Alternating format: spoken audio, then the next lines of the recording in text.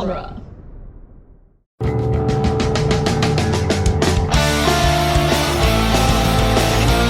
In the world of Hollywood, movies get greenlit and redlit. They get remade and rebooted. But we are the ideal. I'm Sam Gasch, and you are listening to Ideal Remake. Thank you for listening to Ideal Remake. We take movies that either have been, will be, or should be remade and talk about what the ideal version of that remake would be. The question for today's episode is, how many times does it take to steal the same diamond? But of course, the other question, Brian Nelson, is The Hot Rock a movie that has been, will be, or should be remade? It has not been remade. My thesis is it should be. Hell yeah. All right, great. Welcome to Ideal Remake. Thank you. You're welcome. So, before we even get started, tell us a little bit about yourself so people know whose voice they're hearing and a little bit about you. I am Brian Nelson. I have been in the Writers Guild for over 30 years now, doing everything from kung fu action to police drama in Germany. Most known for a couple of films, Hard Candy, which was a Sundance release with Elliot Page and Patrick Wilson. Wrote the big vampire movie 30 Days of Night. I've also worked in TV on such shows as 11/22/63 and Altered Carbon. Hell yeah. Awesome. So while you were doing all of that, how did you come across The Hot Rock? I mean, I watch movies. I watch movies. And also, look, The Hot Rock is based on this book by Donald E. Westlake, who was a big mystery and crime writer of many decades. And I remember it was out when I was young. And so this film, sorry to date myself, but came out initially when I was young. And I was very curious about it. But it was a little bit above my comprehension at that tender age. And yet years later, I thought, oh, I should check this out. And when I checked it out, I thought, this should be remade. It's a great concept, but it is missing some issues, as we will discuss. Mm-hmm. And my position is that the films that should be remade are the films that had something going for them and yet didn't fully deliver. I really don't love remaking things that were horrific the first time. I don't really love making things that were awesome the first time either. I think you want to remake the things that had potential, but for various mysterious reasons, or not mysterious sometimes, for whatever reason they didn't deliver. So you try again. That's how we got the Maltese Falcon, because there had been earlier versions. There was a version called Satan Met a Lady that only people like me have seen generally. Hell, that's how we got Wizard of Oz. Absolutely. So sometimes it takes a couple times to make something right. Yeah. And I fully agree with that. Like, I do like the idea of completely remaking something that was truly horrible if it had a good idea. Right. But this, I really enjoyed this movie watching it, but until you recommended it, I'd never heard of this movie. It's not streaming anywhere. It very much feels like a piece of lost media in that in order to get this DVD, it's an out-of-print DVD. They don't make it anymore. I basically had to go on eBay, find a copy, because that's the only way I'm going to get to see this movie. Yeah, no, it's true. And it's a Robert Redford movie, George Segal, other people probably who I didn't necessarily recognize. Some people you should recognize. Like, there are some wonderful people. Some sort of Soderbergh. Well, there's you're talking about Paul Sand, maybe? Who plays Greenberg? Yeah, Paul Sand was, an interesting actor of that era who was very involved in like the story theater movement and improv in the late 60s and early 70s. He had his own sitcom briefly on CBS. Really? It was called Friends and Lovers with Paul Sand. That's so funny. Moses Gunn is in this, who is perhaps not well known to you, I'm seeing, but Moses Gunn is one of these actors who just pops up with this astonishing authority and presence in so many things. A lot of people may know him from the guy in the pilot of Homicide: Life on the Street. He plays the Araber. And that's a storyline that runs through the entire series. That when you finally get back to the end. Anyway, I'm going on and on about Moses Gunn. Who's the guy who played Greenberg's dad? Okay, that is Zero Mostel. Zero Mostel is an astonishing actor from the 50s, 60s, and 70s. Because he's in The Producers. He and Gene Wilder are the producers. They made that They're film Bialystok possible. and Bloom. That's right. And I don't know why he didn't show up, because there he is. I absolutely wrote down the wrong name for the dad, because I'm realizing I wrote down Lieutenant Hoover, which isn't who we were talking about. We're talking about Zero Mostel. I'm sorry, continue. Greenberg. Yeah, no, Zero Mostel is a guy who, was a comedian who had done everything from A Funny Thing Happened on the Way to the Forum to Eugene Ionesco's Rhinoceros. He was blacklisted in the 50s. There's an amazing Rhinoceros film. is also a great play. Yes, it is. And he's in this remarkable film about the blacklist called The Front, one of the few films that cast Woody Allen but is not a Woody Allen film, in which Woody Allen plays the schlemiel who is just hired to be a front for blacklisted writers. Oh, interesting. And Zero Mostel's character is a very poignant figure in that story, which is especially poignant because, as you can see from this film, he's a comic guy. Yeah, it's true. And so when you see him reduced by the blacklist to a point of desperation, no spoilers, but it's a movie about the blacklist. It's powerful. Yeah. No, speaking of movies that feature an actor but isn't that actor, like that actor movie, Christopher Guest is in this. We were watching the credits and just the name Christopher Guest went by. I was like, there's a Christopher Guest in the movie. It's probably not that Christopher Guest. And then one of my friends looked it up. He was like, no. It is that Christopher Guest. It's crazy. It's wild. Especially because, he looks like he's 15. Well, he would be. Yeah. Yeah. No, I know. So that's an added value that this film has that I think it had because of a couple of reasons. But when we get to talking about casting, we're going to have a lot of fun because I think that's part of the juice of remaking something like this is that it is a strong concept. And you can put together a team of people. You could put together your own heist crew. We all dream of that. Yeah.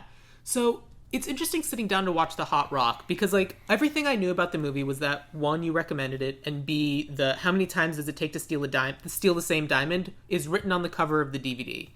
And that's it. That's all I knew. And, Robert Redford's in it. That's all I knew. And so when we're sitting down to watch the movie and they get to the heist, I don't know, within 15, 20 minutes, and you're like, wait, what's going on? Because, I'm so used to other heist movies, and I love heist movies, but, one of the other movies I've previously remade on this show is How to Steal a Million. Right. Which is great. I loved it. But it's still just one heist, and you spend kind of the whole movie slowly figuring out how you're going to execute the heist. It's putting together the plan, you begin executing the plan goes wrong, you figure it out, you do the thing. And that's usually how heist movies go. But there's no planning in this movie at all. They just kind of go, and then we see kind of the end result of it also usually going right, but then with a slight hiccup at the end. Mm-hmm. And that was really cool, actually. It's fun. And, there's a sort of principle in writing not just heists, but in any plan that characters have to execute in a show, typically where you either have the characters explain the plan so that then you see what goes wrong, or if the plan is all going to go right, then you don't have them explain. Yeah. We only want to experience it going right once, either in the explanation or the execution. Exactly. So in a way, when you say there is no plan, there's no time to talk about plan much in this film because we have 4 or 5 heists to do, depending on whether you consider the hijacking of Abe Greenberg to be a heist. Sure, I'll consider it. In the book, we'll get to this, something very different happens. I'm sure they accidentally kill him. Oh, no. No, there's 5 heists in the book. There's only really 4 classic heists in the movie. Let's do a brief walkthrough because, as we've stated, this is a very hard movie to find, so I'm assuming most people listening haven't seen it. But basically the movie starts with Robert Redford being let out of jail. Correct. At which point he's picked up by, what's the name of the character? He's picked up by... Kelp? Kelp. All the characters in this novel have very odd names. And Dortmunder, Kelp, Murch, and Greenberg. Right. Now, John Dortmunder, the Redford character, turns out to be a classic character in many Westlake novels. Yeah. Allegedly, well, in the preface to the book, Westlake says, yeah, I was going to write another Parker novel. Parker's like his sort of master thief character. And then he was like, oh, but we're going to write about a not-so-master thief. So maybe it shouldn't be Parker. So he created Dortmunder and Dortmunder's best friend, Andy Kelp. Yes. And so, yes, we see him getting out of jail. In the book, there's a little thing about, yeah, he's already frustrated because he was trying to sell his cell to someone else. Like he had made a deal to make some money on his way out of jail off another inmate, and it went awry. And so he's already coming in a little disappointed. That's from the book. That's I don't in think the that novel. happens in the movie. No, that's in the novel. Yeah. In the movie, what we get is him getting out of jail, which, by the way, rewatching it, it was striking to me. It's like, okay, good. We found a way to get Robert Redford's shirt off. I think we called that out when we were watching the movie too. Yeah, there's some interesting thirsty moments in this. Absolutely. I mean, it's Robert Redford. You don't cast Robert Redford without acknowledging the fact that it's Robert Redford. Exactly. And so he gets out of jail, and we hear this. It's a little trite. What this warden's like? Yeah, you're never gonna go straight. Which, whenever I run a jail, you end up in it. That's right. Which is probably when we get to what we're going to do, that's one of the first thing I'm going to say is we need to look at that warden's piece. Oh, I didn't even bother with the warden. No. The warden is not a big issue, but it's a chance to actually like establish. Oh. Maybe we could have an arc for Dortmunder in this movie because let's not go crazy. Right now, we've got an amazing arc. He has ulcers. That's it. That's the arc. Yeah. Boy, he sure is stressed out about this heist. Well, anyway. That's right. And to cut Robert Redford a break, on some level, the novel sets him up for that. There's not a ton of arc for the character in the novel either. Dortmunder's a kind of hangdog guy. And so at the end, he's happy. There's an arc. Yeah. So he wasn't given a whole lot by the novel, and so he does what seemed like it was the plan, and it seemed like a reasonable plan because you have a successful novelist, you have a really fun plot premise, and you have the director of Bullet, the Steve McQueen movie. Yeah. So you feel like the elements are really lining up. Yeah, and I do think that this was a good movie. I enjoyed it a lot, but so basically, Robert Redford gets out of jail, and he's immediately, almost run down by Kelp, who's like, yeah, I'm here to pick you up. And Robert Redford's like, all right, you came to pick me up. What's the job? And he's like, you're my friend. I married your sister. We're here to... Anyway, so the job is... And it turns out the job is Dr. Amusa is here representing an African country. A fictional African country. A fictional African country, basically saying, hey, so you know how sometimes in museums there's stuff that was just stolen from countries? We'd like that back, please. And I'm hiring you to do a thievery to get this incredibly rare and expensive diamond back to the country that it came from. Which, on the surface, great. It feels...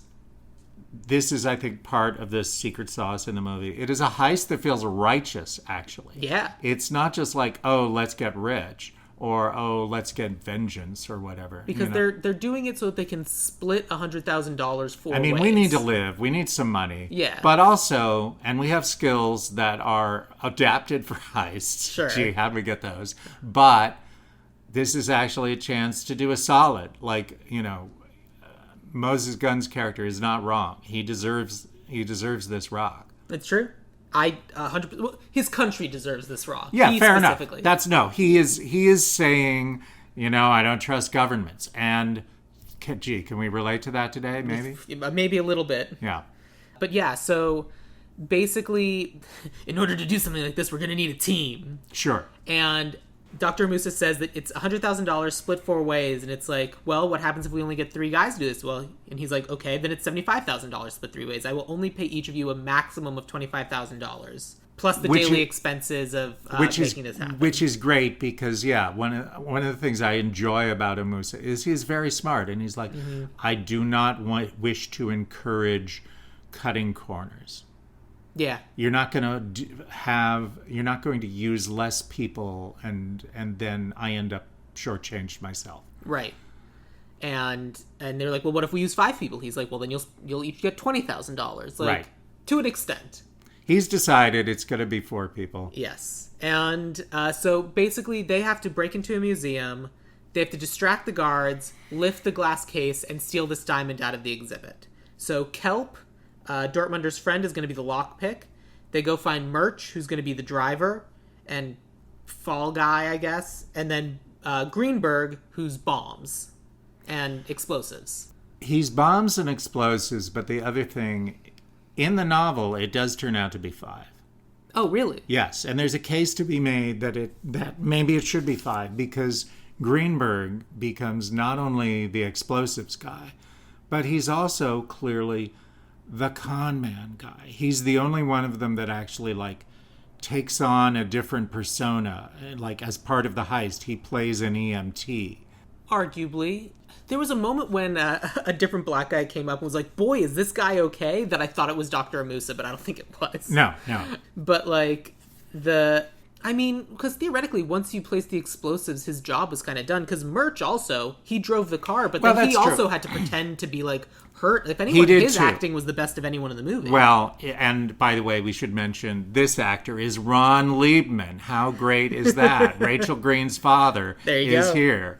And he fucking kills it. He does great. Yeah, no, he's tremendous. So basically, there is no planning. We just jump in. Basically, the plan is they have this car get into an accident outside the museum, and it explodes. Murch is already covered in wounds and everything. And meanwhile, Dortmunder and Kelp sneak in through the back, dressed as security guards themselves. Right. I want to just rewind a little bit just to mention a couple of things that I think are very cute in the novel. Before we get to the heist, we see Kelp's wife, who is Dortmunder's sister. And she does not kiss him like a sister.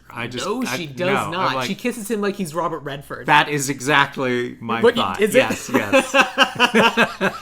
Yeah, because she walks up and kisses him, and we're all like, well, especially because I'd missed the line where he said, "I married your sister." This girl comes up and just kisses him square on the mouth, and we're just like, okay. And it's like, is this a throuple situation? What's going on? And then Aurora, who was watching the movies with us, they said, No, that's the sister. Right. We said earlier, and we just missed it. Damn. It's a very curious scene, and I will say it also includes this moment where she kisses, and then she says to Robert Redford, "God, you look awful." Yeah. Which I can't stand. Okay, fine. I mean, look, he just got out of jail, but still. But for what it's worth, then the baby pees on him. Then the baby pees on Robert Redford. That's worth it. Which apparently, it is the joke, because we haven't mentioned it yet. This is a comedy. Yeah. And, that's the button at the end of the scene. And there are definitely good jokes in this movie. That was not one of them for me. No. It's entertaining to see, the idol of millions peed on for a little bit. But sure. For a moment. But there's videos for that. But it is, again, this is part of the issue with when we talk about who should direct this. It's a really rich question because Peter Yates was great for the caper of it, but for the sort of weirdly offbeat tone of it, he's a little straight down the middle. He's the director of Bullet, and Bullet works like a machine, and he has a great ability to tell the story of the heists and so forth, but the weird quirkiness of some of these characters, we could have more fun. More fun in this movie, and we certainly will. But basically, what ends up going wrong with the heist is it takes them a little bit longer for Kelp to actually pick the locks around the safe. It's alluded to earlier, but basically, it's he always chokes, he always chickens out, but he really wants to do this. And Dortmunder talks him up and boosts Kelp's confidence, and then he is able to pick the locks. They're able to get in, but this glass dome, there's this glass cube over the diamond is extremely heavy, and it takes Dortmunder, Kelp, and Greenberg in order to lift it up so Kelp can get under, get the diamond, and then they drop the glass dome back on him and he's trapped inside and they have to figure out how to like lift it again. Which is a great moment. It's great. But of course, by that time, everything that's happened outside, the ambulance has finally arrived, Murch is able to get in, they're able to, their time has expired. The guards come back in and catch them just as they're getting out. Dortmunder tosses the diamond to Greenberg. By the way, and they all scatter. For no reason. Yeah, I don't remember why he does that. Yeah, because everything's moving fast and it feels like a cute thing to do, and the diamond has to end up with Greenberg for the reasons we're about to see. Sure. I feel like it ended up with Greenberg because Dortmunder was planning on going and trying to distract more guards. But it's a little unclear. There's a part of me that feels like what you'd rather see is that it is a great moment when the dome is dropped and one of them's still inside it going, holy crap, what do I do? Yeah. But maybe that should be Greenberg. Maybe the stronger guy should be lifting the dome, and it is the weaker guy who crawls inside, gets the gem, but then is caught inside. Yeah, I can't disagree with that. I think that is... And that way you don't need a toss. Well, and then that also gives him a reason to swallow the diamond, which is what he does. Exactly. Because they still need to get it out of there, and it's like, well, this guy's under arrest and the diamond's not here anymore. Those two guys must have gotten away with it. Right. But this one's still under arrest. Right. And then, of course, because that ends up being what happened. Greenberg gets arrested, he swallows the diamond, and he goes to jail. And the next scene we see is Dr. Amusa, Dortmunder, and Kelp all talking together, and then Abe Greenberg, Greenberg's lawyer, and it turns out also his dad, shows up to argue on his behalf, and it's the guy from the producers, and you're like, what is going on? And if he's not... And by the way, he's dressed like the guy from the producers, too. He absolutely is. He's dressed like your sort of cartoon of an impresario. And if he's not giving the best performance of this entire movie... He's dynamite. He's so good. But basically he's saying, here's the deal. You gotta get my son out, or he's gonna turn you all over to the cops. And that's just how it goes. And they're all like, oh, well, that makes sense. All right, heist number 2, we gotta get Greenberg out. And also because Greenberg knows where the diamond is. Right. So they go and...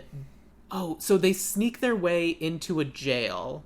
And kind of, like, it was very interesting because, like, you're used to, like, Batman and everything with, like, grappling hooks, and it's, like, being shot perfectly, and it's this perfect thing, and they wind their way over. It was just them with a hook and a rope.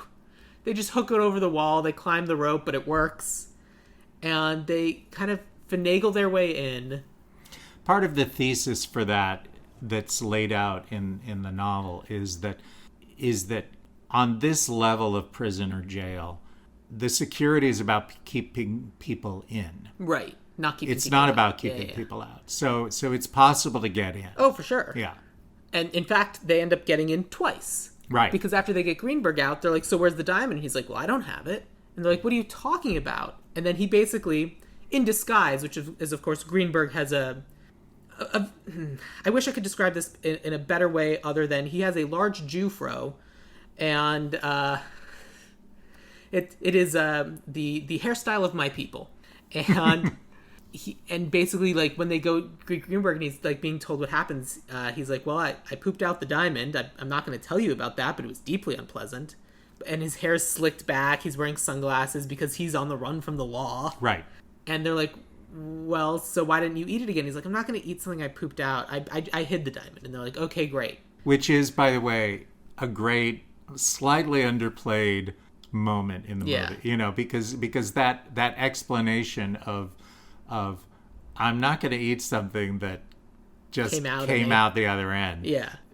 Makes total sense. Absolutely. But in the era that this movie was made, 1972 or so, they don't actually want to call your attention to that much. So instead, all that happens is Dr. Amusa says, couldn't you just have kept swallowing the diamond? And Paul Sand just looks at him and says, no. It's so good. It's just this brief moment where, like, he considers it for the first time because he clearly never considered it the first time, and he's like, No. Right, right. It's so good. Like, I would keep that exchange. It's fun. But, so then they basically have to then go and break back into the jail. And this time it's just, like, they rent a helicopter and they finagle this whole thing to land on the top of the jail. Oh, there have been other jokes. When they first meet with Dr. Musa, they're sitting in the park on two separate benches and they're facing out, kind of talking into the wind and doing like a spy meetup. And then a lady comes down and starts feeding the pigeons in the middle of them. Jokes. It's great. When they get the helicopter, they fly up in the sky. Murch flies it, but isn't great at it, and he ends up landing on the wrong building. Like, they have to ask directions to the Yes. heist, basically. and then when they finally land on the jail and they're attacking the jail, they have these moments with that warden where Christopher Guest runs in and goes, "Sir, the bombs. They're bombing us." "Well, I always knew that they'd attack us, a police station first. We're not going to be the first police station to go down." That is the most comedic moment. Like, the attack on the jail is the most comedy moment of the whole movie, I think. Right, right. To the point where they explode their way into the jail and one of the guards goes, "You guys sure you're in the right place?" Which, of course, is in the trailer for the movie. Yeah. But they break into the jail and they go figure out their way through to get to the place where Greenberg says he hid the diamond. And then what happens? And it's not there. And they game it out. Well, how can it not be there? Did you tell anybody? And finally, Greenberg says, "Well, I mean, I told him I did tell my dad. I mean, he's my lawyer." I'm supposed to tell him everything. Right, right. So that's the only guy who can explain your dad screwed you, basically. Yep. Which is a classic movie trope that we will discuss more shortly.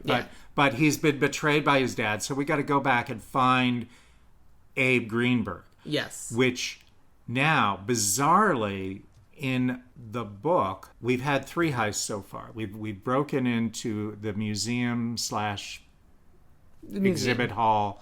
It's actually the Coliseum in the book, but Sure. whatever. We've broken into the museum, we've broken into the jail, and we've broken into the police station. In the novel, crazily, Greenberg's dad is faking insanity so that he's locked up in a sanatorium where the gang can't get him. So they have to then break So into they have to break into a sanatorium, which they do using a train on defunct train tracks. So it's weirdly also a train robbery. It's crazy. It's so much. And so I think the movie was right to skip that. Here's where we have been remiss thus far in not crediting the screenwriter of this, who is a classic historic screenwriter, William Goldman. Yep. William Goldman, the screenwriter of All the President's Men and Butch Cassidy and the Sundance Kid and The Princess Bride and so many other things. So he made, I got to give him this, a number of very smart calls in this. But having said that, William Goldman also said, well, look, nobody knows anything. And so in that line, that's where, as part of remaking this, we're going to look at, well, what can we improve in this? Yes. At any rate, we realize that Greenberg's father knows where the diamond is, so we've got to get it. But even though he is played by a lovable Zero Mostel, he is also a tough cookie, and he is not going to scare easily.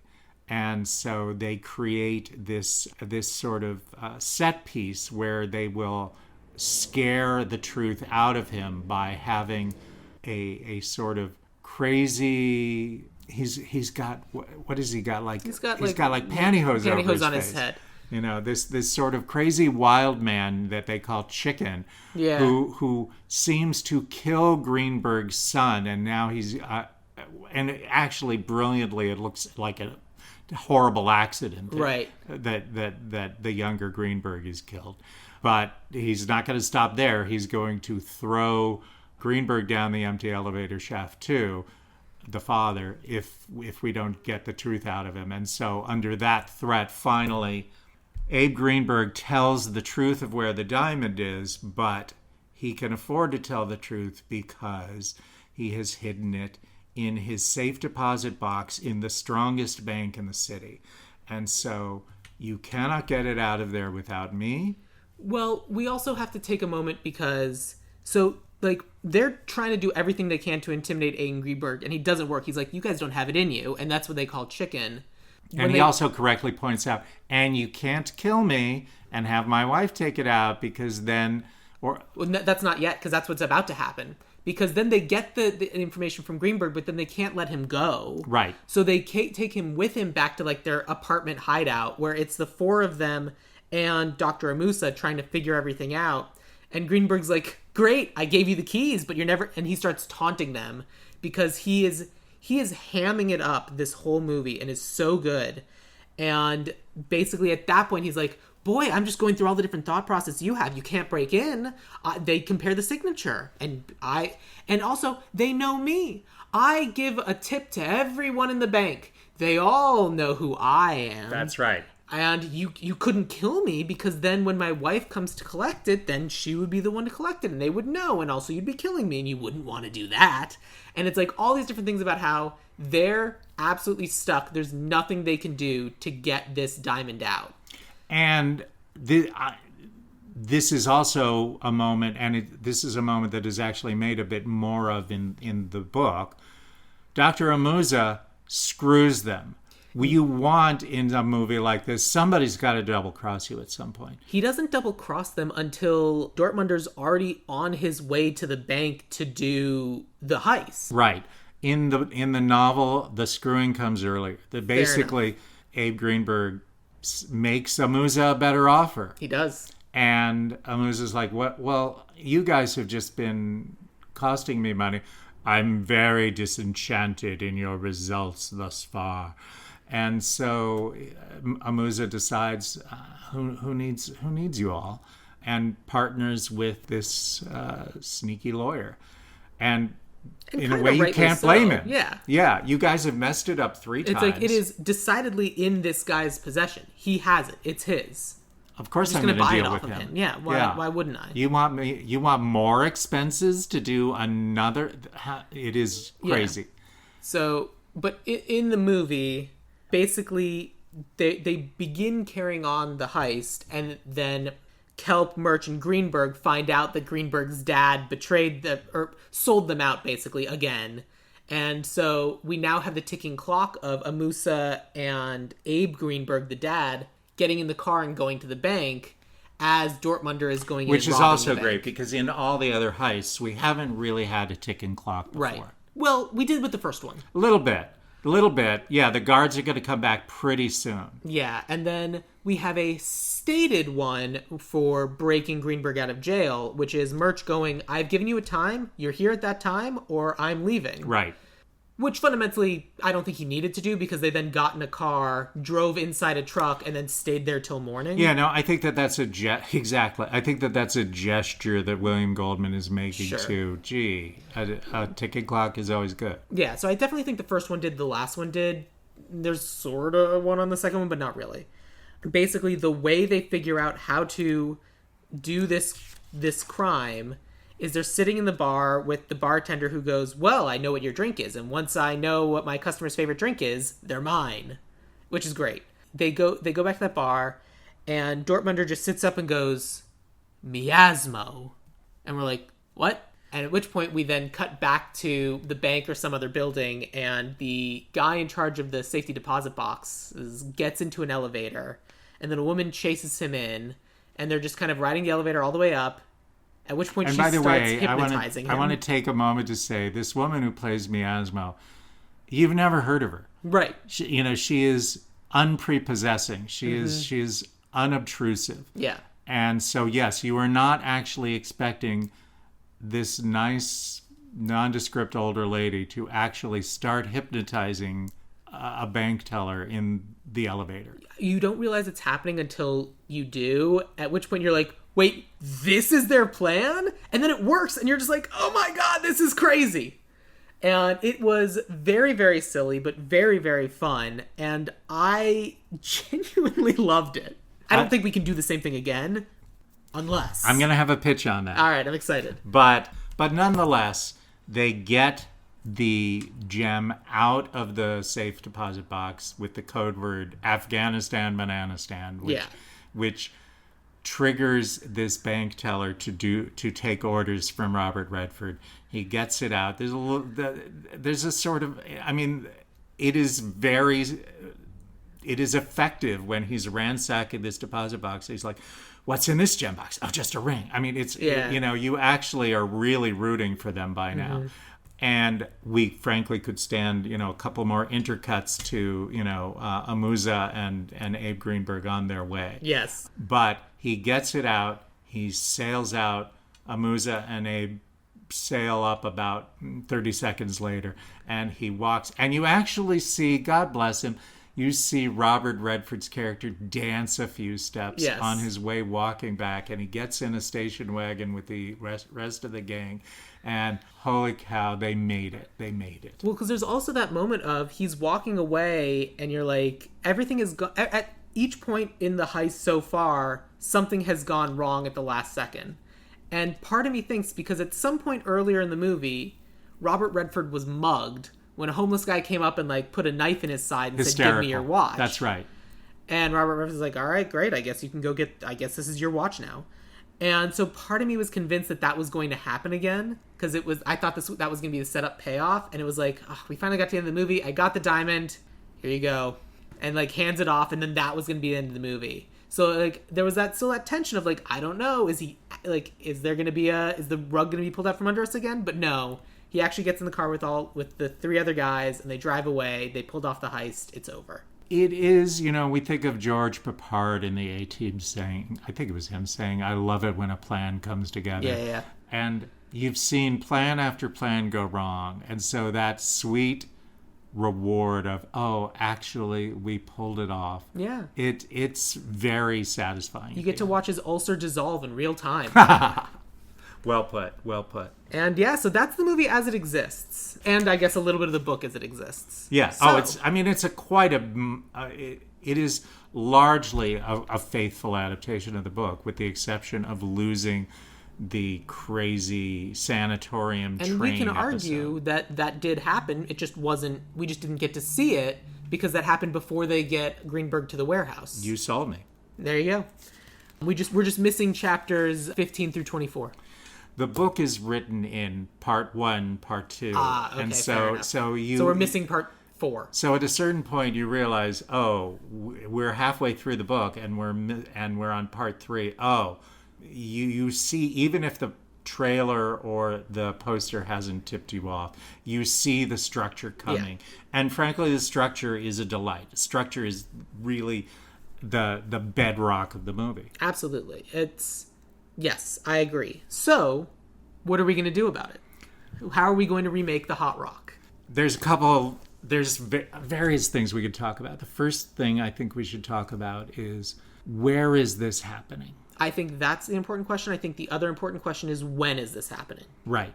Where? I mean, it takes place in New York, right? It does. Well, the novel takes place in New York. The movie is much more Brooklyn, which I get because Brooklyn in those days felt not... It felt like you could actually maybe break into a Brooklyn police station at the time. I guess that's true, because we're going to have to break into a police station or a holding cell or something. But I also think that's something that we could potentially pull off now. But there's also a quaintness to... The movie and the book, when they're happening, are contemporary. This is happening now. It's a present day story. And I often like doing that with movies like that. If it was contemporary, then we can make it contemporary now. That's a little harder with this one. Agreed. Having said that, I mean, I'm a sucker for period, but I also know what it takes to get any period movie made. And right. If there's ever any argument about, but does it really have to be period, then a studio or producer is going to seize on that. And I think...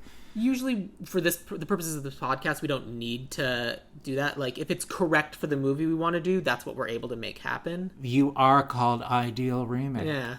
So... We live in an ideal society for this moment. Brian... For our version of the remake, what is your when you picture a remake of this movie, when do you set it?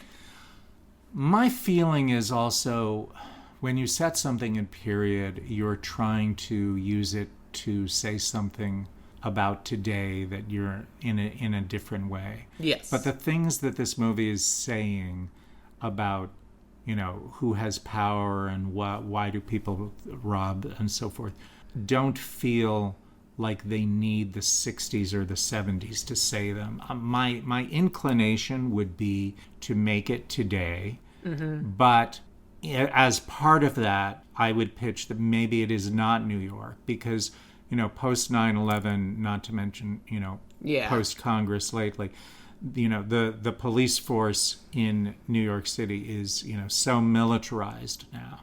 And granted, you could make that case about various cities in the country, but I'm wondering if you might find it might be fun to put this in a city that's a little off-brand, that's not the greatest city in the world, but actually Milwaukee or Miami could be fun. But my biggest pitch for a story like this often is St. Louis.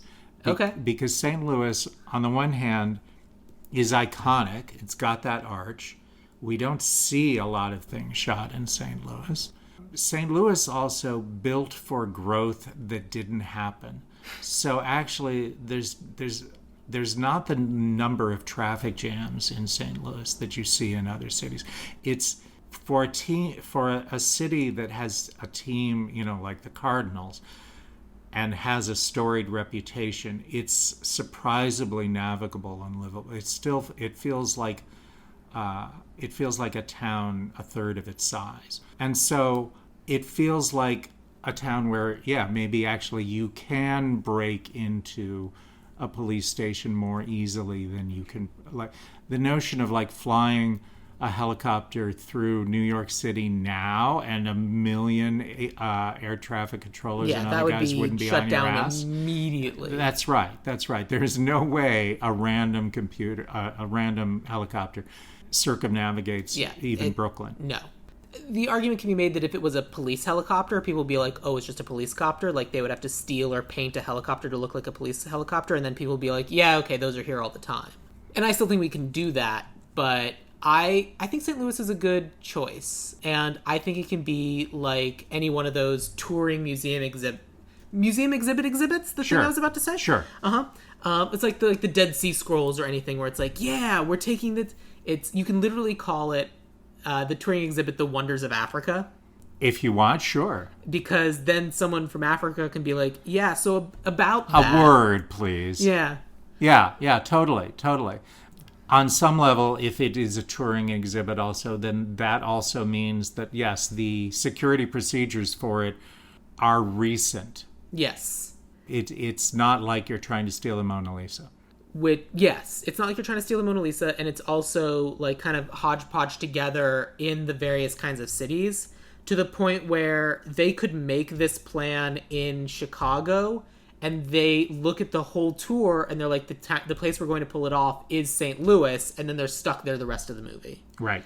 And so you can even have Dortmunder and Kelp go to St. Louis to pick up 2 local boys of Murch and Greenberg, and like that's where their connections have led them, and that way, because you have the driver who knows the town perfectly, and Greenberg, who's just a local guy. Like, it ends up being like he kind of like has a sense of everything, and that way, like, everything can happen. The plans could lead them, because that's where this entire tour security is going to be the lightest.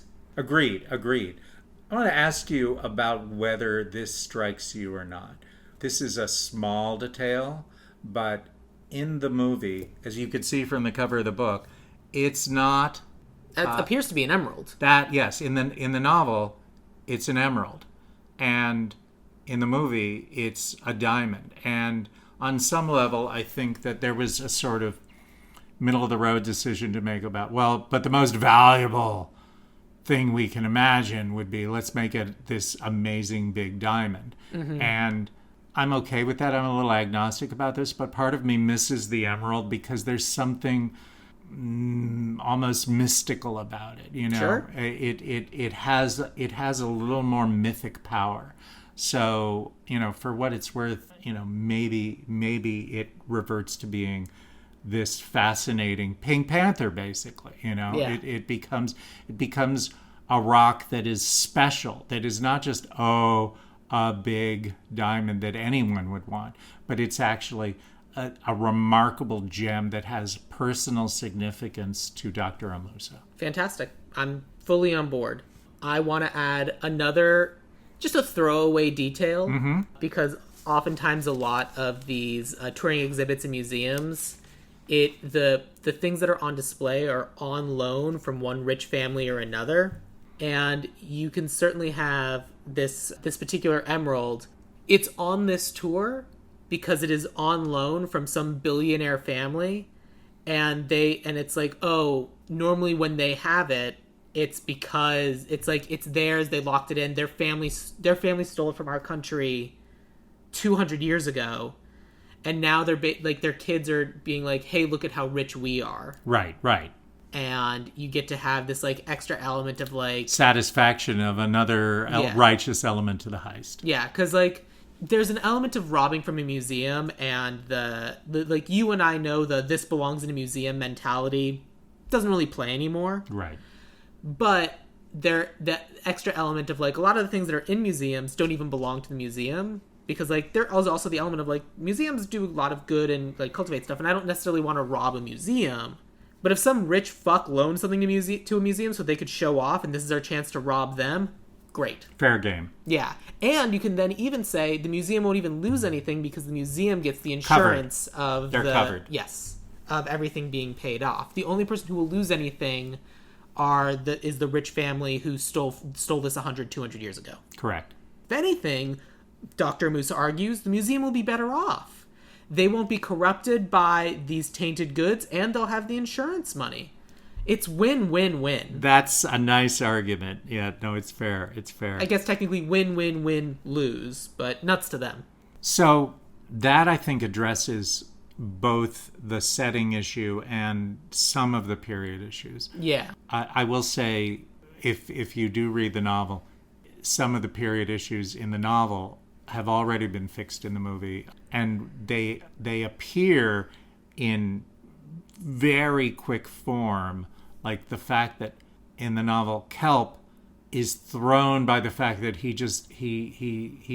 steals cars a lot, and this car that he is picking up Dortmunder from the prison in is a car that he just stole, and it has electric buttons, so many buttons, and that's why he ends up sort of crashing into him. Yeah. And he sort of crashes into him in the movie because he's like, I don't know, a little inept. Or well, he also crashes into him because Dortmunder's running away, and like he's trying to chase down Dortmunder in his car. He is trying to chase him down, but he also like loses his steering wheel because he's like trying to he can't figure out the right button to roll the window down. Yes. So, you know, you still have to finesse a couple of things like that. But in general, I do feel like you can set this today. Yeah. The biggest thing that I feel like you want to address in this movie is, again, creating an arc for Dortmunder. Yes. And there's hints of what you might think about here in that, you know, there's a moment, I mean, there's several moments in the novel, and there's a couple of moments in the film where he's like, do I really want to do this again? Isn't this over? And then he has a big speech after I think he's in the helicopter at one point where he's like, I'm going to do this if it kills me. Yeah. And when they're like, it's in the bank, it can be over, we can walk away. And he's like, no. And you get that. The thing is, Dortmunder is presented to us. The reason why he's in this heist at all is he's a planner. He's a guy who plans heists. And here we see heist after heist go wrong.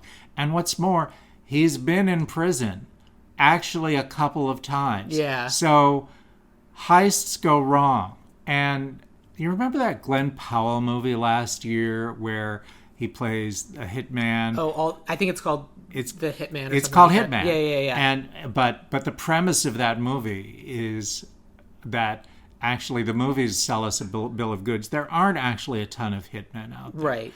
And the notion that you could just find a hitman to take out your ex or whatever is overblown, and often those are police stings. Yes. And you could make a case that how many heists actually go right? There are a few, the Isabella Stewart Gardner Museum and so forth. Yes. There's also an argument to be made that we don't know how many heists go right, because if they go very right, we don't know. We don't even know. Especially if they're robbing people, the people don't want, and the people didn't want to admit they had that thing in the first place. That's an entertaining notion. But the question of what is it that draws us to heists? Why do we all think, oh, maybe if we like had the time and the opportunity and like these guys with us, like maybe we could pull off a heist. We love heists. The way I think about someone like Dortmunder is I think of him as someone who his hyperfixation is puzzles and like puzzle boxes. And like I see them on Instagram every once in a while. Like people are either making or putting together like a puzzle box where it's like you got to figure out how to like it's a perfect cube, but if you pull it in a certain way, it opens and there's a prize inside. Right. Or the people who do like escape rooms and everything. And it's just like putting themselves in that situation where their brain's like having to solve all the different pieces and put everything together. That is like the ultimate experience for them, to the point where Dortmunder was so good that it had to become bigger and bigger and bigger till eventually he's doing actual crimes. And because like the way he looks at the world is like everything is a puzzle box that can be solved. You just have to know which piece to pull. So I think that's an interesting argument. And what attracts me in what you just said is his belief everything is a puzzle piece that can be solved. That, we might say, is almost an article of faith. It's a kind of religious belief, a philosophy about the world that many of us have. And many others of us think the world is fucking random. Yeah. And there's a solid case for that as well. So which is it? And I don't want to, I think that the way to create grist for an actor in this movie is more than, oh, he has to figure out puzzles, which feels like, okay, but if you don't, just wait, someone will make a new Rubik's Cube or whatever. There's always something else coming along. What's at stake for that? And so rather than make him just, weirdly fixated on this kind of thing, I think that there's a larger question of what is this world like, and can I plan anything or not? Can I actually? I don't want to turn him into a philosophy major either. Right. But my pitch is going to be, here it comes. Presently in the movie, the big betrayal is by the father of the fourth male lead. Right.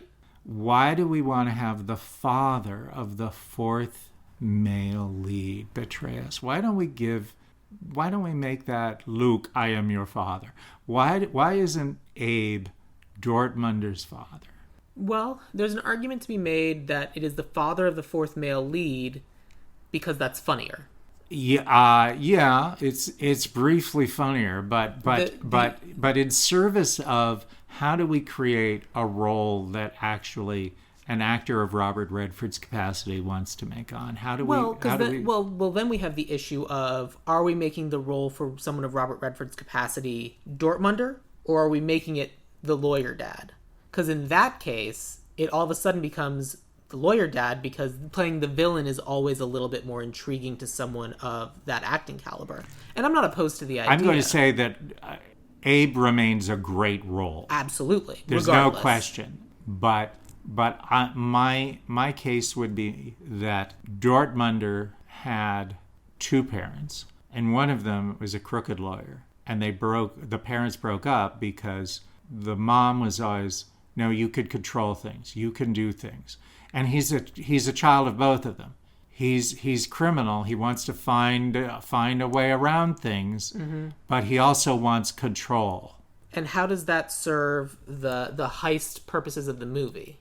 So that keeps him going through this, even though repeatedly he should walk away. Sure. His dad doesn't seem to be a figure in it. So you're not suggesting that we place the father in the movie as a character? I am suggesting we place the father in the movie. Okay, because you want to make Abe Greenberg... Because my suggestion is that he's not Abe Greenberg, he's Abe Dortmunder? That's correct. Okay. So when Greenberg is put in prison, he doesn't conveniently have a lawyer father. So you want him... So So it isn't, Murch and Greenberg aren't people that Dortmunder and Kelp find and hire. They're like old friends. So when Greenberg ends up in jail, he calls the best lawyer he knows, who isn't his father, it's Dortmunder's father. That's right. That's what you're suggesting. That's right. Okay. I think that's good. That certainly is much more character driven for Dortmunder. What we then have to do for the nature of that character is we would then have to set him up as like Dortmunder's all of a sudden nervous, and then he comes in and is like everything else.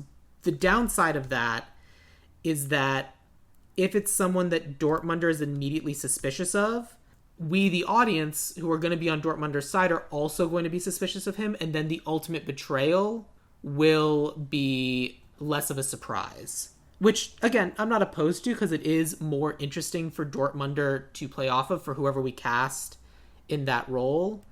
But if it's someone that Dortmunder is not pleased to see, I feel like I would be 2 steps ahead of the movie also, where I would see, oh, okay, so he's going to betray us. Okay, but I'm not sure that it's that he's not pleased to see him. I think that actually Dortmunder calls his father in. Why? Because my guy's in prison, and he's the only one who knows where the gem is, and I can't get in to ask him. Okay. You can. Okay. In that case, okay, great. Then I'm on your side. All right. That was the extra step we needed. Because I was following Greenberg calls him, because Greenberg calls him. Yeah, no, I don't think Greenberg calls him. Greenberg does not call him. No. Okay, so then Dortmunder calls his dad. And going back to what you were saying about who is the gang, I'm agnostic on this part. They could be old friends. Sure. But the way things are set up is that... Well, now they don't need to be. They don't need to be. And there's a sort of fun thing in it that actually Andy Kelp comes to Dortmunder and says, I got all the guys already. We just need you. We need the planner to tell us what to do. We need the coach. Yeah.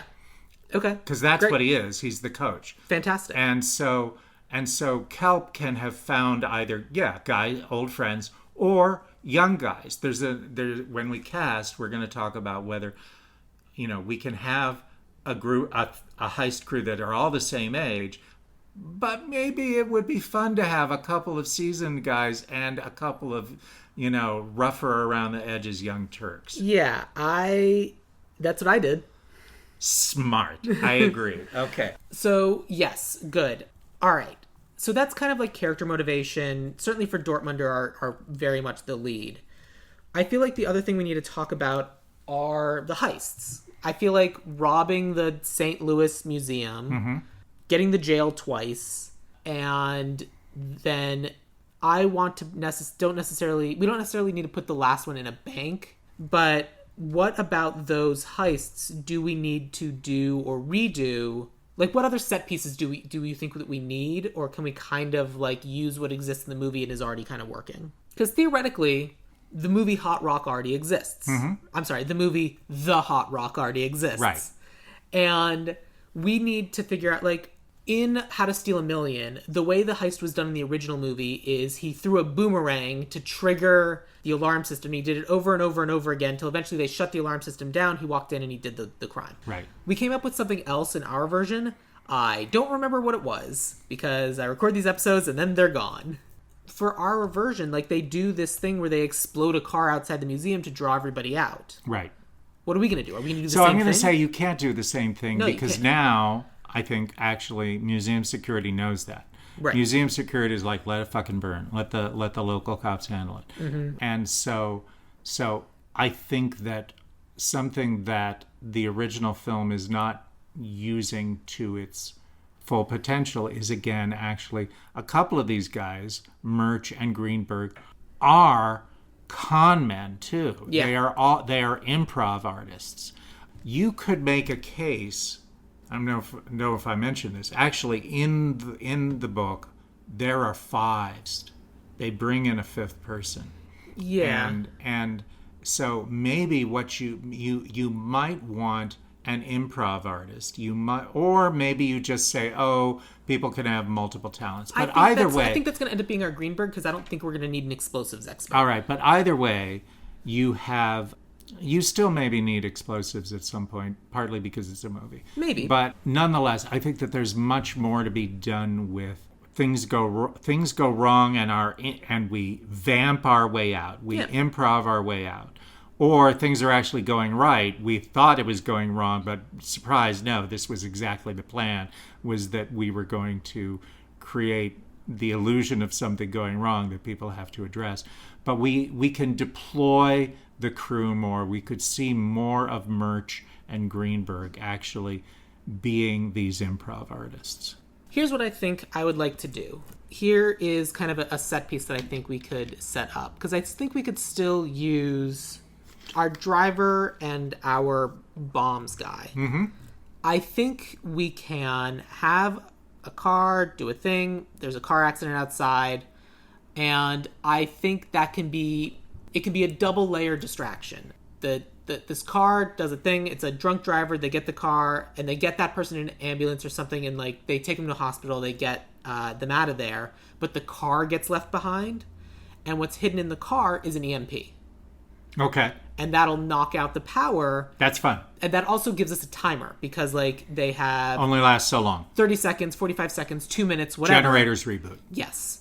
To basically go in, do everything, and you also can play around with the fact of you can highlight different exhibits in the museum, and if you start triggering different alarm systems on each of those and then the power goes out, that's where everyone's going to go. And then, because you can even have it timed out where all of those alarm systems are getting triggered, that's where everyone's being sent, power goes out, and they're like, yes, it's real, we have to go investigate those. And so that gets the guards away from their actual target, which is the hot rock. Right.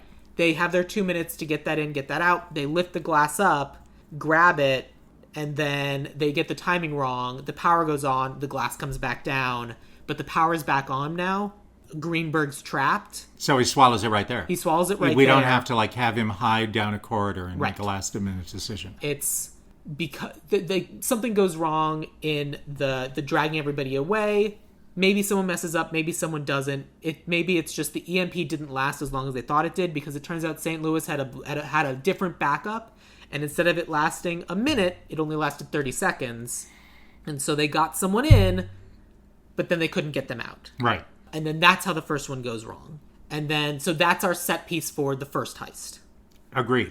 So then we get to the second, we then bring in the lawyer. We have to go get Greenberg out of jail. Then we get to breaking Greenberg out of jail, and that's a whole separate thing. Like that, I like the very small get Greenberg out of jail the first time, because that seemed very simple. But of course, now the jail has been jailbroken, and it's now on high alert, and they need to do a much grander thing for the second. Obviously, Christopher Guest is our jail warden, because he's gotten a promotion. I don't have any suggestions for how that's handled, because I think that kind of works. The only thing I think that we're missing is parodies about the cops of you rely on the fact that they're incredibly trigger happy, and you set up fake things. Like what was the thing that happened a year or two ago where like a leaf hit a car and the guy like unloaded his entire clip into a neighborhood? 100%, sure. And, like, you just set up that happening all around them. So they're just, like, constantly distracted and firing and everything. And you just kind of, like, walk in, take the thing, get out. It would be fun, in fact, for Jordan Munder to have actually done, like, some profiling of the cops at this station. Yeah. You know, and so he actually knows which one is that guy who will fire to leave. We also can use his dad for that. Because Right. if it's a lawyer, maybe he has multiple clients in the jail. And in going through and talking to each of them, all of the different guards, like, he gets a profile on each of them are the guards who let him in, let him out. Right.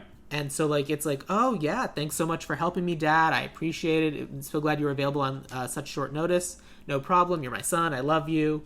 And then we later find out that on one of those trips is when he stole the diamond. Mm-hmm. Like, he did his own mini heist when we thought he was helping plan the other heist. Mm-hmm.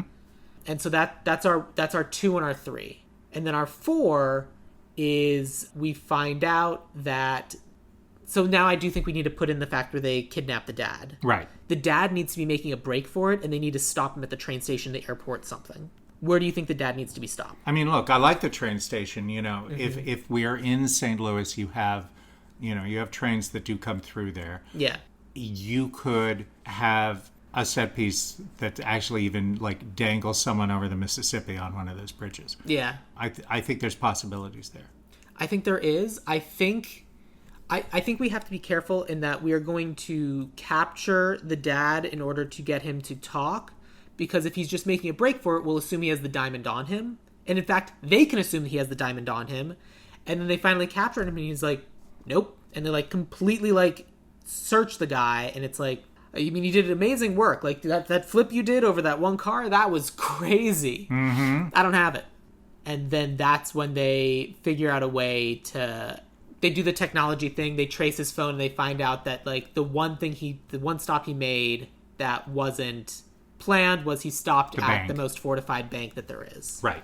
Are we going to hypnotize the guy in charge of safety deposit boxes? So...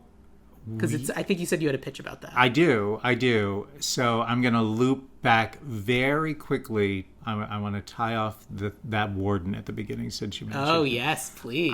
It's not a big thing, but I just want to take the moment to have the warden say, oh, you're going to be back here again. You know why? Because you think you're so smart. You think you're so clever. You think you can figure out everything, and that is your mistake. That is both his strength and his fatal flaw. Yeah. And he's gotten it because, again, he's a combination of his parents. He wants to find the loophole, find the sneaky way through, but like his mom, he also wants control. Uh-huh. And the reason why I talk about that is the final act, the final heist must be predicated. Our move from Acts 2 into 3 must be predicated on you are screwed, you are dead, it's over, unless you do the thing that will kill you. Which is walk back into the jail? Call your mom. Oh, got it. Okay. So he doesn't say, miasmo, I gotta call my mom. That is very, very funny. And mom's manifestation of, no, you could control shit, is, I made a living as a hypnotist. Great.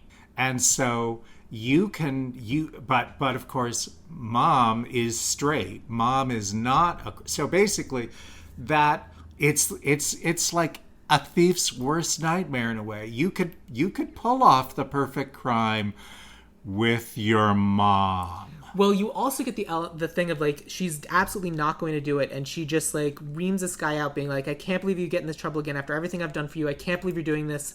Everything is terrible. Who could you possibly be robbing that would make this worth, like, that I would ever do this? And he just goes, Dad. And she's like, I'm in. That's right.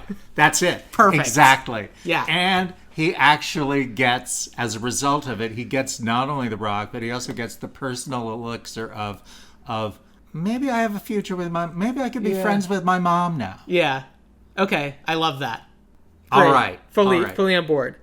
It'll be interesting considering who I cast for Miasmo. We'll see how that goes. Can't wait. But I feel like the only other thing that we need is, what is the medical condition Dortmunder is dealing with this whole... Is it still ulcers? Yeah, to be honest, that to me is fairly mild. Yeah, I don't think we need that. No. Especially if we're dealing with family issues. I think he's got a much bigger fish to fry in his personal psychopathy. Yes, I think that makes more sense. I just wanted to ask the joke. Fair enough. Okay, so let's get into casting. Obviously, we have to start with Dortmunder. Yes. Would you like to go first, or shall I? After you, sir. Because this movie walks the line of being a heist movie and a comedy, like, we need it to be jokes. We need people who can... excellent straight men. And you never know where the jokes are going to come from, and that is what's going to make it interesting.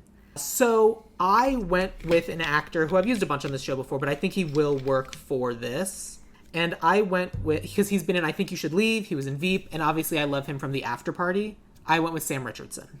I love Sam Richardson. It's great. Really, really fun idea. I typically have a model of under-promise and over-deliver. Sure. So I have like 3 casts. All right, well, you're going to have to pick one. Because otherwise we're picking between 4 people for every role. Let me put it this way. I'm going to pick one, but I'm going to, for a couple of these roles, I'm going to say, but also if you wanted to do Dortmunder and Kelp older, everyone else younger, I also have that cast. Oh, my Kelp's much younger. Okay, fair enough. All right, so look. My Dortmunder, my first name that came to me that I'm still sticking with, even though it's First Thought Theater, but I was thinking, well, you need a guy who a classic thing about the Dortmunder character, who, by the way, you can follow into other movies. He's a guy who there are many novels written about him. And so a classic thing about Dortmunder, and I checked, and we don't know anything about his parents in the novels, really. So that's all fair game. But he is a guy who he's been hangdog. He is sort of grim, but he's also a guy who like has to have this internal pressure cooker going and make, as opposed to Redford doesn't really get that internal pressure cooking going very much in the show. Well, that's kind of the whole idea, is that we don't see it. He's the stoic guy, but it's all boiling up inside, which is why they have to make the joke about the ulcers. Right. It's like the whole point is that we don't see it on his face, but it is still happening. Right, but we are not worried about him other than we are told he is. We don't really ever worry about Robert Redford in this That's movie. true. So I want a guy that I actually am not sure he's up to the strain, but yet has a lot of drive. Okay. Jeremy Strong. Okay. I need to look that person up. Oh, you know Jeremy Strong. Succession. I look up a lot of people out because I'm incredibly bad with names. Oh, okay, this guy. Sure. Interesting. Okay. Smart guy. Very much so. Wants to be in control, but also willing to do illicit things. Yeah. And always feels like he's a little too tightly wound. Sure. Okay. Interesting. All right, that's an idea. My alts. My first alt is Lakeith Stanfield. Sure. My other alt, if you want to go older and have, Dortmunder and Kelp be older and their crew is all a little younger, is Daniel Craig. That's fair. That also very much dictates the age of the parents. Which we will get. Which we'll get to. Let's figure this one out. Let's find out who we have for the crew and then assemble our crew. Okay. Who did you have for Kelp? I went John Boyega. Okay, great. That's very cool and interesting and very funny. I also went younger. I went enthusiastic lady. Okay, fair. Because I gender swapped both Kelp and Murch. I gender swapped Murch and Greenberg. Interesting. Kelp because, like, oh yeah, she's married. I married your sister, all that fun stuff. I want the, like, she's just a walking pile of charisma. Mm-hmm. Everyone's just, like, obsessed with her now. And, like, if anyone is probably the most famous, arguably, person in the movie, I made it Kelp. The person who looks up to our Dortmunder is like, oh, well, if she looks up to this person, then they must be very cool. Oh, interesting. Okay. I went with Florence Pugh for that. Because, like, you can also see her being the one who, like, cracks a little bit. It's like, no, I'm counting on you to do this. You said you could do it, and I believe in you. And I believe in you. And you think I'm great, so therefore. And I think that's a sort of, like, emotional journey that she can kind of, like, pull off very well. She's very good at that. I love Florence Pugh. The question that I wrestle with... Is she too young? Well, in the novel, they are not actually... Kelp and Dortmunder are not related. They're not related through marriage. They're just friends. Sure. And William Goldman gave them this brother-in-law type relationship as a way to explain how, Did William Goldman invent the sister? Yeah. Gotcha. Okay. So... I like the shorthand of that they have a prior relationship, and so I'm not saying no to Florence Pugh because she's awesome, but I also would want to address but how do they know each other? Sure.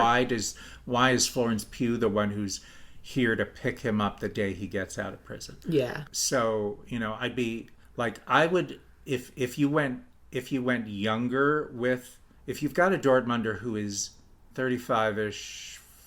Or whatever, then I could see that they have a history, and I believe but someone who's in their 50s, like then it would very much be like a master apprentice kind of thing. That's right. Which again, we'll talk about. We'll see if that kind of fits the vibe of what we're going for. My Murch is my other gender swap character. I kind of did this because I want someone who's like strong and stoic, but also has proven herself to be very, very funny. And also, I think it's very funny if she's the driver, because I went with Michelle Rodriguez. Okay. Who, from the Fastesses and the Furiouses. Right. Where she's not funny at all. Well, I mean, she vaguely, like, as funny as anyone is in that movie. But she's also in Dungeons & Dragons: Honor Among Thieves, where she's very funny. And I like that style of character where she's still the tough driver person, but also, like, there's that element of joke of, like, what do you mean you don't think I can drive? And then you just leave it at that because it's Michelle Rodriguez. Cute. Cute. Like, that way, it's like, there's the second hand of just, like, audience expectations of, like, it's Michelle Rodriguez, of course she can drive. Right. One of the things I like about Murch that he is the most obsessive in the movie. Yeah. Actually. Like, when he's at home... Oh, by the way... He's also the biggest weirdo. He is the biggest weirdo. There's also, like we were mentioning earlier, we got Robert Redford's shirt off. We get George Siegel's shirt off. And then we have Ron Liebman walking around in nothing but short shorts. Yeah. It's crazy. But he's in that scene. It's a little underexplained. His hobby is sitting around listening to recordings of Formula One racing. Yeah. He just loves the sound of engines. He does. And that notion of like, I love cars so much. Yeah. You know, I think that's really fun to give to a comic actress who can really sort of scare you with how much in love with them they are. Yes. My not immediate, I totally get the logic of your suggestion. I went with Ego Nwodim. Spell that? Ego? Oh, yeah. From Saturday Night Live. Yes, of course. Who I think is like criminally underutilized. I agree with this universe. that. I think that is true, especially when like Saturday Night Live and then Assistant is like the next like thing down on IMDb Pro. Yeah, that is also an excellent choice. Cool. Good. I like that. Who did you have for Greenberg? So on Greenberg, I gender flipped. Oh, okay. If I'm only going with one, it's Sarah Silverman. I like that. That's very funny. I did not gender flip this one. I also went with... This was... I have a couple, like, one-for-ones, and I cast this Greenberg because I then thought, like... Because when I was casting his dad, I had a very fun thing. Because it's not going to be his dad, my casting for Abe Greenberg isn't going to work, so I'm going to tell you about that now, just because I think it's very funny. My Greenberg was going to be Ben Schwartz. So, Parks and Rec, he's the voice of Sonic and Sonic the Hedgehog. Right. He's great. But because of that, I was like, oh, who would be a really funny person to come out and play his dad, who we don't necessarily then expect to go big and, like, be, like, this big, bombastic, like, heel-turn character? And I was like, well, obviously, Albert Brooks. I love Albert Brooks. Great idea. It now doesn't work for the character anymore because it's not Greenberg's dad, it's Dortmunder's dad. Right. On the other hand, if Dortmunder's Jeremy Strong, it still does work. I guess that's true. Fair enough. So here's what I think we can do. Let's go with Jeremy Strong for Dortmunder, which means that I think we should go with... Oh, man. Who was your kelp? I just blanked on his name. John Boyega. John Boyega. And I think that they would be a super fun pair, too. I don't think anyone pictures them in a movie together. I agree. I do want to go with Michelle Rodriguez for the driver, Sold. for Murch. But if we're going with Jeremy Strong for Dortmunder, I don't think we should do Ben Schwartz for our Greenberg. I think it was Ego Nwodim. Nwodim. Okay. And I think that should be our Greenberg. So we have Jeremy Strong, John Boyega, Michelle Rodriguez, Ego Nwodim. Okay. Great. So then I guess let's talk about Abe Greenberg. So my pitch was Albert Brooks. Who did you I love Albert Brooks. One way or another, I guess I want Daniel Craig in this movie. Fair enough. How much older than Jeremy... How old is Jeremy Strong? I guess we should look up. That's a good question. I did not check. He is 46. So Daniel Craig is a little older. He's 57. Which means he had Jeremy Strong when he was 11 years old. So, yeah, you're pushing it. On the other hand, I also think we can believe that Jeremy Strong isn't quite as old as he is. That's true. If that's the case, then I'd say let's just go with Albert Brooks. If we wanted to get... Look, I'm going to go with Albert Brooks. Yeah. Having said that, when I thought that if I thought of Daniel Craig as playing Dortmunder, then my Abe to be Daniel Craig's father was Elliot Gould. That's very good. No, let's do Jeremy Strong and Albert Brooks. I like Albert Brooks more because the one... This is really splitting things finally, but the one downside of Elliot Gould is I've seen him in a heist movie. Yeah, it's true. That is true. That brings us to Dr. Amusa. There was a fairly obvious casting for this one, and I just kind of like leaned in because I didn't know who else could possibly be as good as Jimon Hansu. So I just went with Jimon Hansu. I would go with Clark Peters. Oh, okay. Tell me why. Clark Peters, first of all, we all know him from The Wire. Sure. He's got an amazing mix of really smart but also sort of gentle sense of humor. I cast Clark Peters as the voice of God when I was producing this miniseries about Moses. So I mean, I'm really sold on Clark Peters. Okay. Hey, look, that's fine. I'm happy to go with Clark Peters. So that gives me with the sister, who now doesn't work because I cast a black actress, and then Miasmo. So yeah, I hadn't really been thinking about the sister. I went with Keke Palmer. She would have been a perfect sister for Sam Richardson. Keke Palmer is wonderful. But it just doesn't work for this particular thing. It certainly still can, but... You know, you keep Keke Palmer on the list, you know, if someone else says no somewhere else. It's true. You know. Did you have the sister at all or no? No, not at all. All right. No, the only other thing actor that I was casting was Miasmo. Okay, great. Because Miasmo's in this pitch much more important. It's true. Who'd you have? Catherine O'Hara. Interesting. Okay, that's always good. That's not who I went with. With this version of Miasmo that we have, I'm now extremely happy with who I went with. Okay, go. Rhea Perlman. Love it. Love it. Sold. Yeah. From Cheers, from most recently Barbie. She's in Poker Face. She's in everything. She's wonderful. And she's also someone who, like, when you realize who she is, you're like, oh my God. She could do anything. But she also, like, if you don't necessarily know who she is, she just disappears. So, like, people would be watching this movie. Like, when people were watching Barbie and she shows up as, like, the creator of Barbie, and people are like, who's that? And you're just sitting there going, that's Carla. Yeah, no, she's a utility player. She's good for so many things. She's so good. And I think she'd be a wonderful mother to Jeremy Strong. Absolutely. Great. Accurate. So that brings us to our writer and our director. I have separate writer-director. Do you have separate or do you have a hyphenate? I am very, very biased on this. Okay. The writer would be me. That's... Obviously. You know, I did not think about any other alts. It would be arguing against interest. Yes, that is fair. But for the sake of entertainment, tell me your writer. So for my writer, I wanted someone who has done a funny heist kind of movie. Yeah.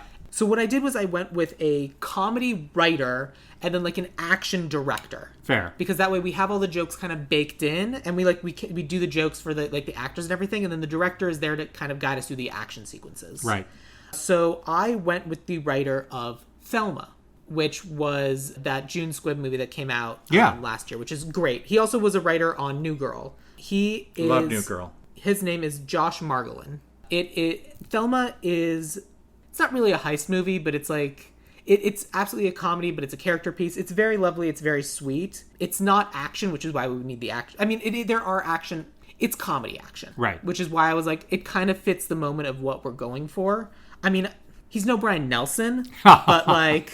I thought that he would be which might be lucky for him, but nonetheless, you know, look, my case for myself partly is also that, like, you know, I'm the guy who, you know, wrote a movie about castration that was also weirdly, darkly funny. That's a good argument, though. Yeah. You know, I am often thought about, you know, for thrillers and suspense and horror and so forth. But so you're saying what we have from this writer is an opportunity to break out of the expected mold and to really go after something that we think that this writer's been trying to accomplish for quite some time, and really we think this writer has it in him. Would be fun. It sure would be. So, but you know, I could be generous. I'll do it with you. Sure, I'm absolutely down. I very much love this movie, and I'm very much a puzzle guy. I'm like, we can figure this out. We can put the pieces together. Cool. Who'd you have for your director? Elizabeth Banks. Oh, interesting. Okay, tell me why. Because also I think underrated. Sure. Really smart. Cocaine Bear Cocaine Bear is hard to beat. There's an element of Cocaine Bear, but also like the Power Rangers movie. And then was she the director on the new Charlie's Angels? I'd have to double check. I think she might have been, and I enjoyed that. Charlie's Angels 2019. Yeah, Elizabeth Banks. Yes, okay. Yeah. She was one of the directors as well, but like more important. But I think that's just an element of like she did a lot of directing. I liked that version of Charlie's Angels. And I guess my feeling is I was like, well, if I were writing it, then I would want someone who actually had a little more was I would want to reassure the studio that, like, you have a director who actually also is going to bring the comic, but can also demonstrate that they have figured out both the action of Charlie's Angels and the occasionally berserk comedy of Cocaine Bear. It's true. Yeah, that's not bad. I went with not as big a name. Okay. I went with a director who... He did The Wood and The Chai. He also directed Dope, and he was one of the, like, big directors on The Mandalorian. Right. Because, like, when I was putting together my list, I was like, well, the two obvious choices are Steven Soderbergh and Guy Ritchie. But, like, no. Like, No. we've seen their heists. We know That's they've right. done that. So I went with Rick Famuyiwa. I know his work. Absolutely. I'd be sold. Yeah, so, like, that's kind of... Like I said, he's certainly not as big a name as Elizabeth Banks, who is... I'd have to double check, but I'm pretty sure she's Elizabeth Banks. Yes. Interesting. But I'm also going to say Elizabeth Banks is a big name as a performer. I think she should be a bigger name as a director than she is. Right. And I would argue the same for Rick Famuyiwa,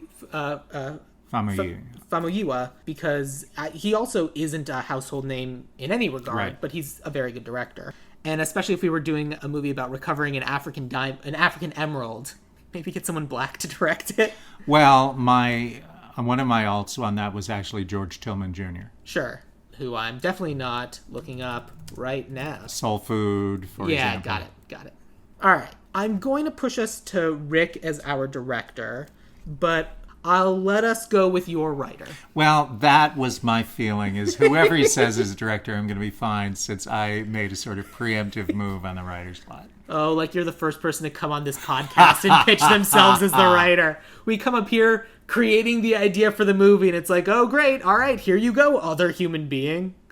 Like, if I could pitch myself as the writer on every single one of these movies, I would do it. That's what I'm doing here. Someday However, it will happen. Yeah. But that's our movie. Let's take us through the Hot Rock. Dortmunder is going to be Jeremy Strong. Kelp is going to be John Boyega. Murch is going to be Michelle Rodriguez. Greenberg is going to be Ego Nwadim. Dr. Amusa is going to be Clark Peters. Abe Dortmunder is going to be Albert Brooks. Kiki Palmer as a sister? Sure, why not? Miasmo will be Rhea Perlman. All of this will be written by Brian Nelson, with maybe some help from Sam Gasch, who knows? And then directed by Rick Famuyiwa. That is the Hot Rock. Brian, you gonna go see this movie that you wrote? I'm totally going to see it. We're going to have so much fun. Great, that's it. We did an ideal remake. How you feeling? I'm feeling fun. Good. That's it. We did it. So basically, thank you very much for coming on the show and making me watch a movie that otherwise I don't think I would have ever found. And now's the time to talk about, like, social media and posting or anything else. Is there social media you want people to find? And is there anything you want people to watch or do or whatever? I do write and executive produce with the actor Chris Connor a supernatural thriller podcast called Agent Stoker. We are currently producing our 4th season. It's available wherever you get your podcasts, as they say. It's very fun. I've listened to a few of the episodes as well, and it is worth your listening. If you enjoy narrative podcasts, you like sci-fi more fantasy than sci-fi. It's certainly more fantasy than sci-fi. We call it a paranormal thriller. Yeah. We call it the X-Files with a drinking problem. Perfect. But genuinely, say the name again? Agent Stoker. Agent Stoker. What else?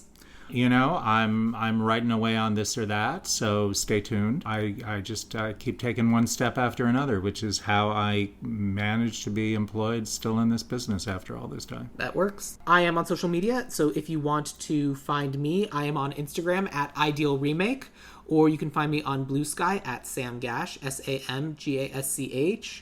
Or if you are someone who had heard of the Hot Rock or seen it before, I would love to know that. Please let me know on the Dueling Genre Discord, which has a link in the show notes of this episode.